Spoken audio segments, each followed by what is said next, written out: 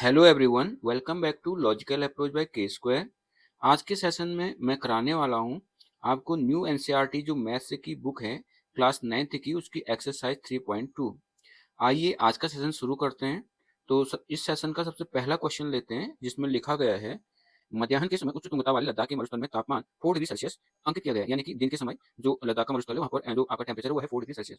मध्य रात्रि के समय के तापमान में 15 डिग्री सेल्सियस की कमी हो जाती है, तो मध्य रात्रि का तापमान क्या है। तो देखिए, इसमें जो क्वेश्चन में लिखा गया है कि दिन का जो तापमान है मध्याह्न के समय ना, दोपहर जो है उस समय जो टेम्परेचर दिया गया है वो दिया गया है 4 डिग्री सेल्सियस।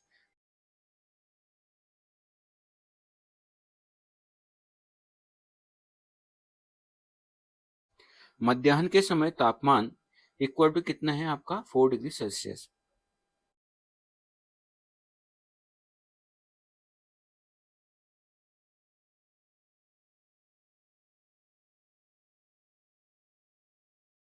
मध्य रात्रि के समय तापमान में कमी दे रखी है 15 डिग्री सेल्सियस। तो तापमान में यहाँ पर क्या दिया गया है, कमी दी गई है। तो इसको किसमें दर्शाएंगे हम। कमी लिख दिया तो या तो कमी लिखे, या कमी नहीं भी लिखेंगे तो इसमें निगेटिव का साइन लगा देंगे। ठीक है, तो मध्य रात्रि का तापमान लिखना है।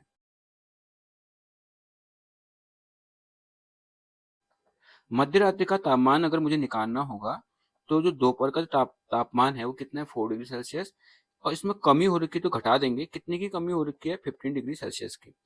तो 4 में आप 15 को क्या करेंगे, यहाँ पर सब्ट्रैक्ट करेंगे तो आपको मिल जाएगा माइनस का 11 डिग्री सेल्सियस।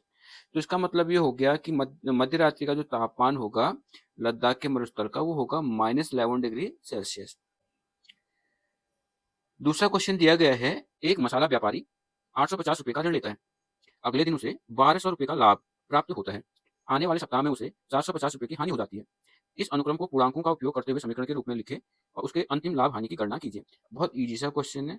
जब उसको लाभ मिलेगा तो हम उसको प्लस में दिखाएंगे, जब उसको हानि हो रही होगी तो हम इसको किससे दर्शाएंगे, नेगेटिव से दर्शाएंगे। ठीक है, तो अच्छा यहाँ पर देखिए, मसाला व्यापारी 850 रुपए का क्या ले रहा है, ऋण ले रहा है। तो मसाला व्यापारी कितने का ऋण लेता है, 850 रुपए का। तो प्रारंभ में मसाला व्यापारी के पास कितना धन होगा,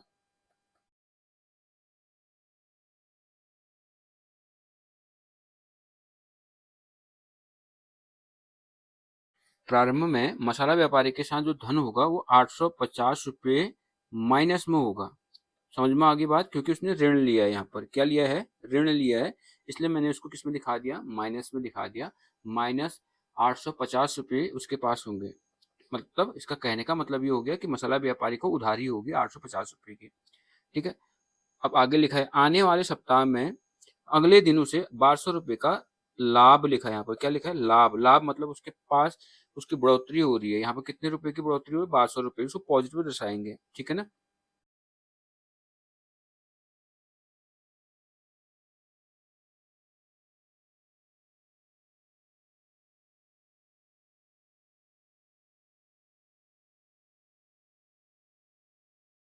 कितने रुपए का लाभ मिल गया उसको, 1200 रुपये का लाभ हो रखा, तो प्लस में दिखा दिया उसको। ठीक है, फिर लिखा है, आगे को पढ़ते हैं, आने वाले सप्ताह में 450 की हानि हो जाती है।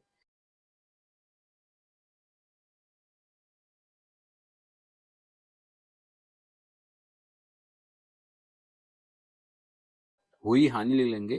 कितने रुपए की हानि, 450 रुपये की हानि हुई। हानि का मतलब यहाँ पर माइनस का साइन लगाएंगे। तो लिखा है, इस अनुक्रम को पूर्णांकों का उपयोग करते हुए समीकरण के रूप में, तो हम क्या लिख देते हैं, समीकरण लिख देते हैं, अभीष्ट समीकरण। जो आपकी रिक्वायर्ड जो इक्वेशन होगी वो क्या होगी, देखिए। सबसे पहले उसको क्या हुआ, 850 रुपये की उधारी थी, फिर उसको लाभ मिला था 1200 रुपये का, फिर उसको हानि हो गई थी 450 रुपये की। ठीक है, ये समीकरण लिख दी। तो अंतिम लाभ हानि की गणना करें। अब इसको आप सॉल्व कर सकते हैं। अंतिम लाभ हानि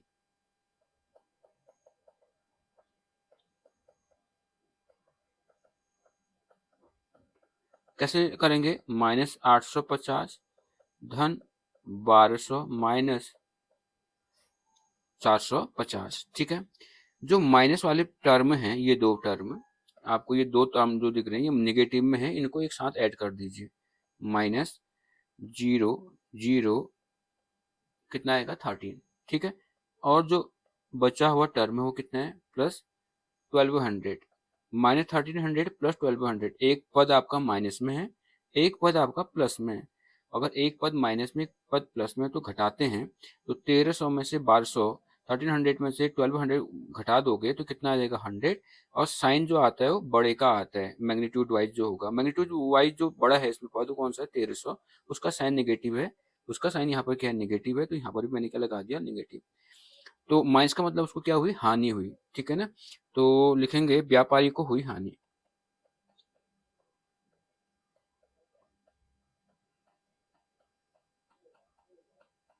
कितनी होगी, 100 रुपए की। नेगेटिव साइन यहाँ पर क्या बताता है, नेगेटिव साइन आपको बताता है कि यहाँ पर क्या हुई, हानि हुई।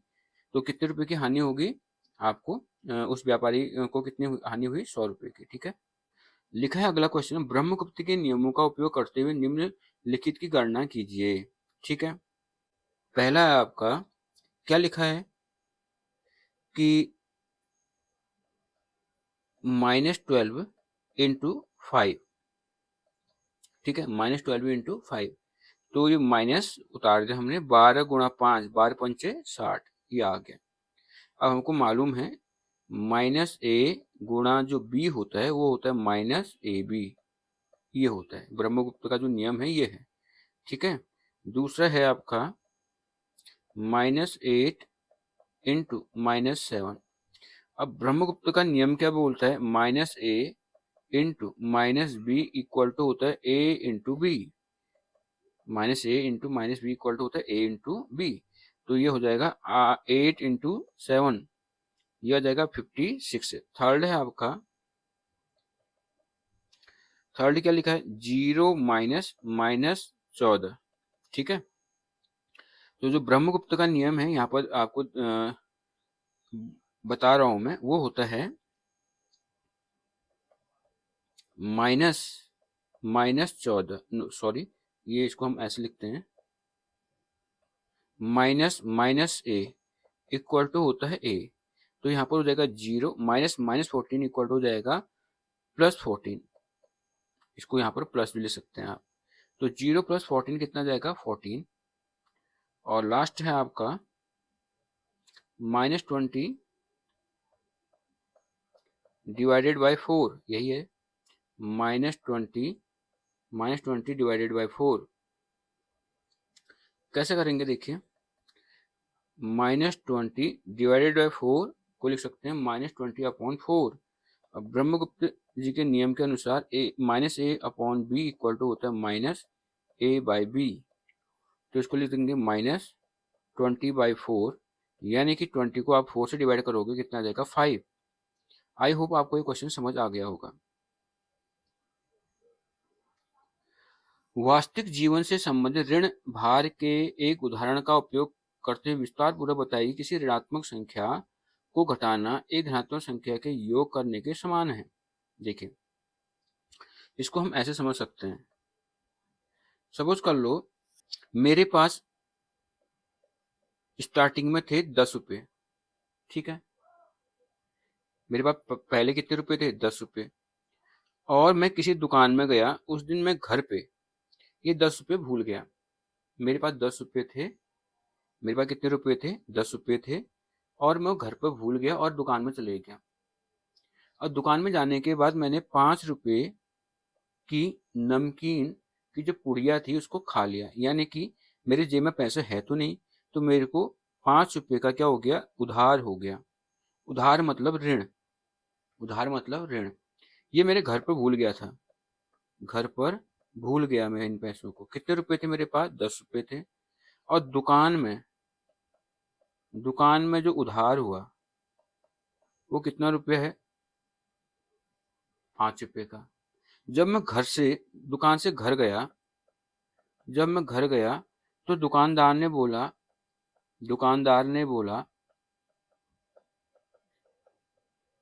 कि आप मेरे बेटे के जैसे हैं, बेटे के जैसे हैं। तो ये जो नमकीन है,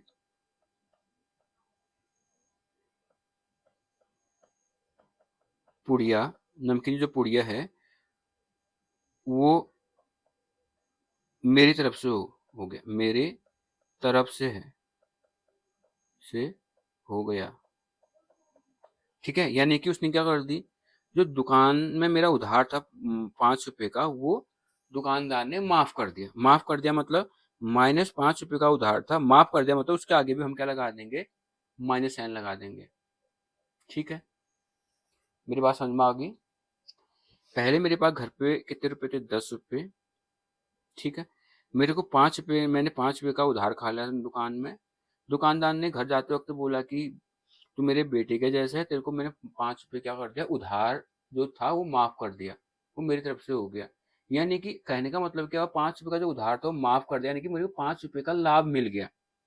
लाभ मिल गया मतलब क्या हुआ कि यहाँ पर क्या लगा दूंगा, जो 5 रुपए का उधार था उसको माफ करने का मतलब उसके आगे भी मैंने माइनस लगाया, इसी को हम लिख देंगे +5। तो माइनस ऑफ -5 कितना हो जाएगा, +5। ठीक है, यानी कि मेरे पास 10 रुपए थे, जो 5 रुपए का उधार मैंने खाया था वो 5 रुपए का उधार दुकानदार ने माफ कर दिया, तो यानी कि एक्चुअल में इनडायरेक्टली मैंने 5 रुपए यहाँ पर कमा लिए। तो 10 रुपए मेरे पास घर पे थे, 5 रुपए मैंने कमा लिए, तो मेरे पास कितने रुपए हो जाएंगे, 15 रुपए। अब ये जो 5 रुपए था, ये 5 रुपए को हम कैसे लिख रहे थे, एक्चुअली उस 5 रुपए को हम ऐसे लिख रहे थे, -10, 10 को तो मैंने 10 उतार दिया, +5 जो था वो माइनस ऑफ -5 है, यानी 10 माइनस -5 हो जाएगा 15। यही तो हुआ, यही तो बताया था मैंने आपको। तो इस तरीके से हम इसको समझ सकते हैं। तो इसका मतलब हुआ कि माइनस ऑफ माइनस क्या हो जाता है आपका, प्लस। माइनस ऑफ माइनस क्या हो जाता है, प्लस। आई होप आपको ये क्वेश्चन समझ आ गया होगा। और अगर आप चाहते हैं कि आगे के एक्सरसाइज पर भी मैं आपको वीडियो प्रोवाइड कराऊं, तो वीडियो को लाइक कीजिए, शेयर कीजिए, अपने दोस्तों में फैलाइए। मिलते हैं अगली वीडियो में।